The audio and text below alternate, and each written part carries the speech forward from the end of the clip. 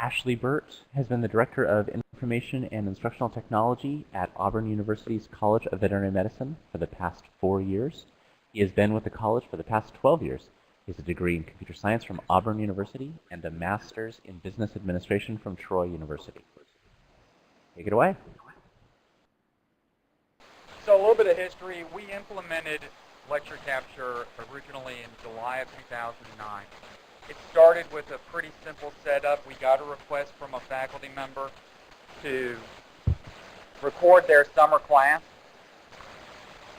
And so we started looking around. So we implemented in July 2009. We started with a free version. Panopto originally back then had a program called the Socrates program that allowed you to use a light version of their software for free. It was originally developed at Carnegie Mellon, and so part of their give back to higher education was that they allowed you to use a light version of the software for free. So we started with that. It was a very manual process. You had to opt in to all the recordings, meaning that when you walked into the classroom at the beginning of the day, you had to log into the computer, open the software, name your session, hit record, minimize it, teach your class, and at the end hit stop, and then it would upload your recording. So it worked, but it was very clunky. So taking it to the next step, we started doing that in the spring or the fall semester, and about that time is when the H1N1 outbreak hit us, or the swine flu outbreak. And so very quickly we had to rapidly ramp up our use of this system because it became very apparent to our faculty and administration that this was a very useful tool because it allowed our students who were home and sick not to fall behind in the program.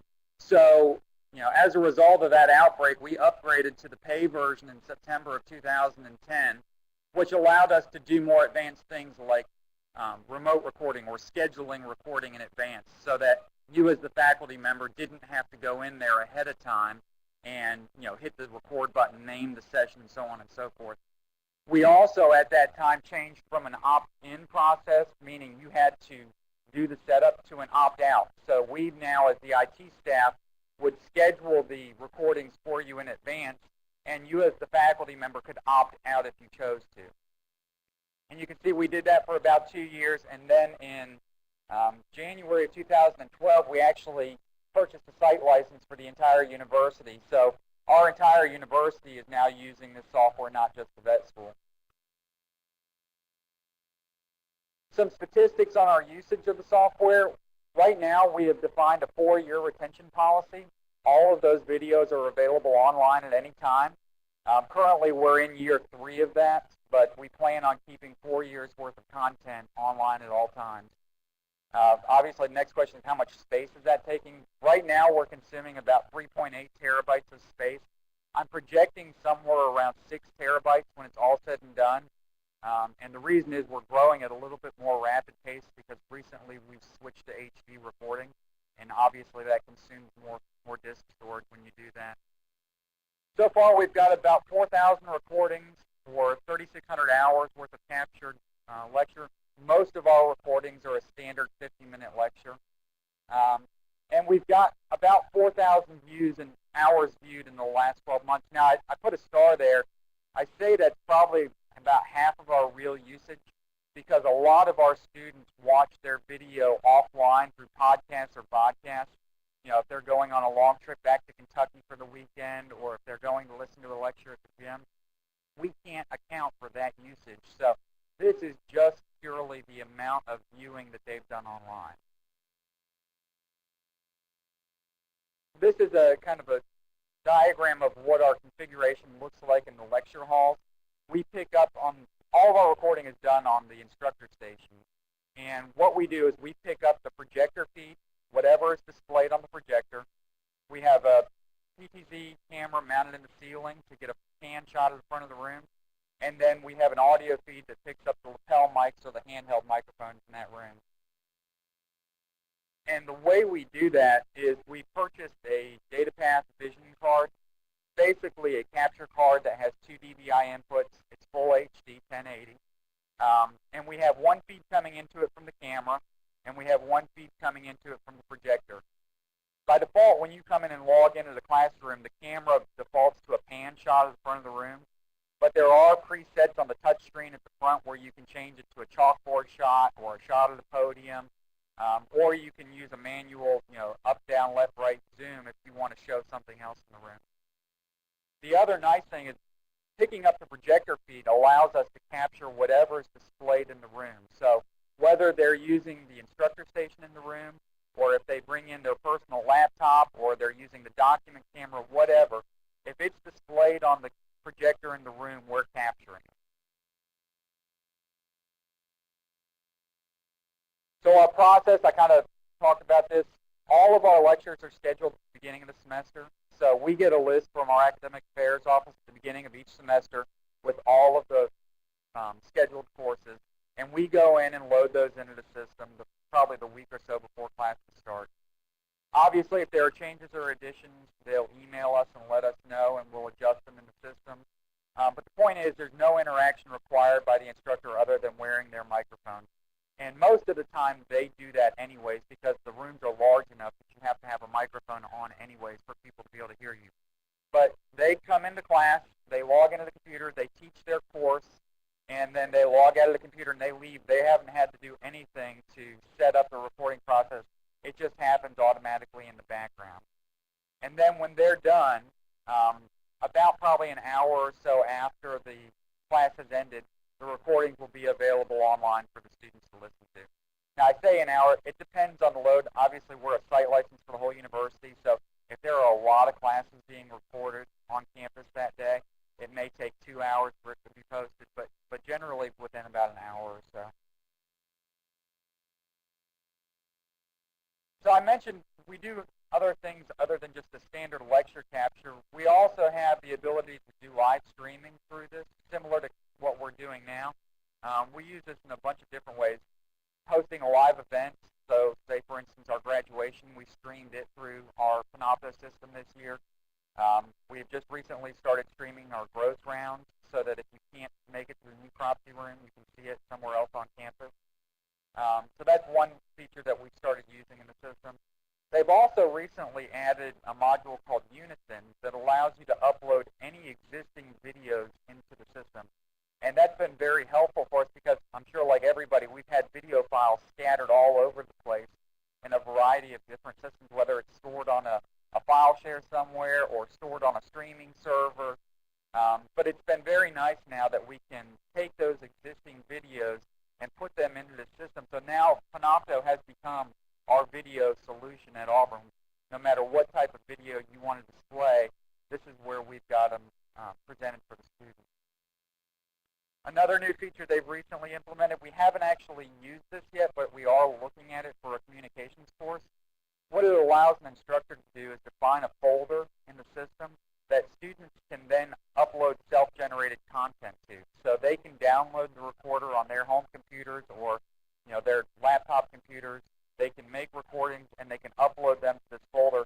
And the instructor can see all the video files and the students can only see theirs. So it's a nice way for them to be able to upload and share that content with the instructor. Again, I said we're probably going to be implementing that in our communications course in the next semester or so. And then a new cool thing they've come out with is an iOS app, and it's useful not only for viewing but also creating content. So you can be out in the field walking around with your iPhone, capture a video, hit upload, and instantly it'll be posted in the system for people to be able to see. Some unexpected benefits when we implemented this program. The biggest, I would say, is probably searching. A great thing about the software is that Panopto automatically grabs the PowerPoint file that's being presented in the room, and that when it does that, it indexes all the text in that. And originally we looked at that. It's nice because it gives you kind of thumbnails throughout the presentation with the text, so you can kind of jump to a part of the presentation that you want.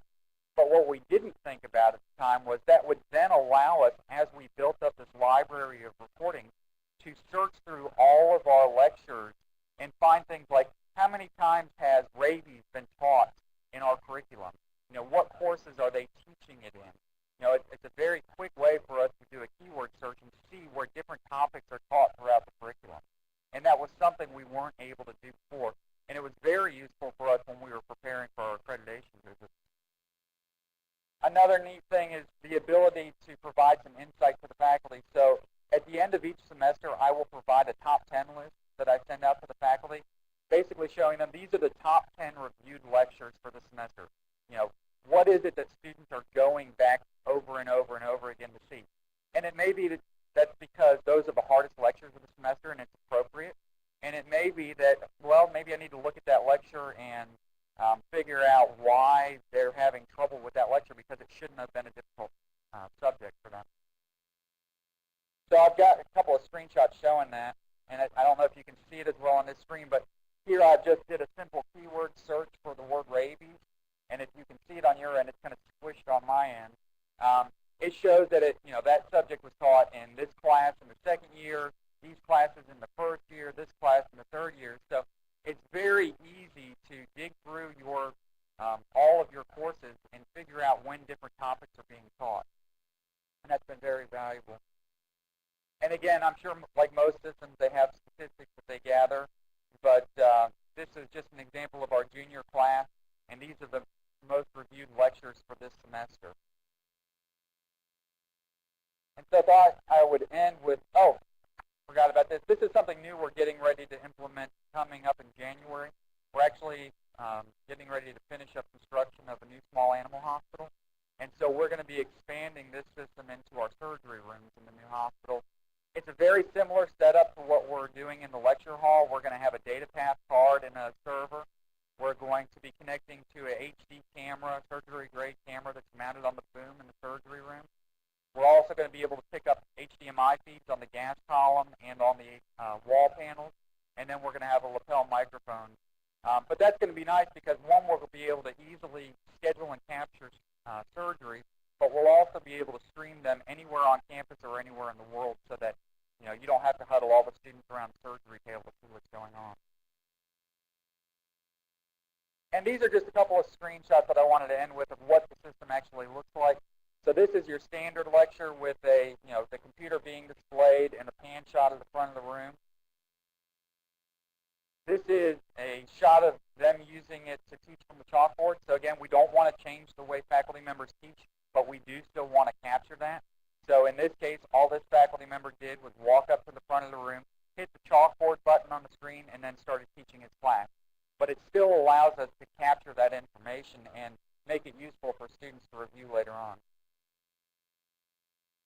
Again, I talked about we capture whatever's on the screen, so this is just an example of them using the document camera in the room. So like I said, whatever's on the screen, we're grabbing from them. And then finally, this is an example of an old DVD we had of a neurological exam, and we used the Unison product to make that available now in this system so that it was more available to the students. And I'm going to end there. So it looks like we've got some questions. Attendance, yes, that has definitely been an issue as we implemented lecture capture. I don't know, I don't have any statistics on has it affected attendance. I would say the students that were going to show up are still showing up, and those that tended to skip are still skipping. I don't think it's had a drastic effect on it, but it has been a concern. My solution has been, if that's a real concern in the class, to go back to sign-in sheets or pop quizzes, things like that.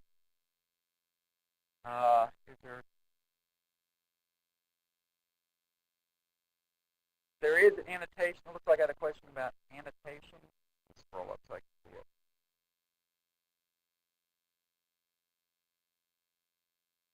We do have the ability to annotate. The classrooms have 24-inch or 21-inch Wacom touchscreens at the front, and you can overlay, pretty much anything on that and handwrite. I think I showed that on this example here. You can see that they've annotated on the fly. This is Dr. Will Height, one of our anatomy instructors. He annotates pretty regularly when he's going through things. Issues with video quality, absolutely. That's one of the reasons that we have a lot of students that use the podcast or vodcast feature. So if you have a slow internet connection, the streaming sometimes buffers on the user end. but if you use the vodcast, it'll download a copy and get around that problem. So there is a way of getting around it if you hit that buffering issue. But generally, if you have a decent cable modem, then it's not a problem. One final question. Do you have many faculty who are resistant to having their lectures recorded? We have faculty who are very adamant against it, but I would say there's a minority. I would say probably around 95% of our classes are recorded. And I think we'll end it there.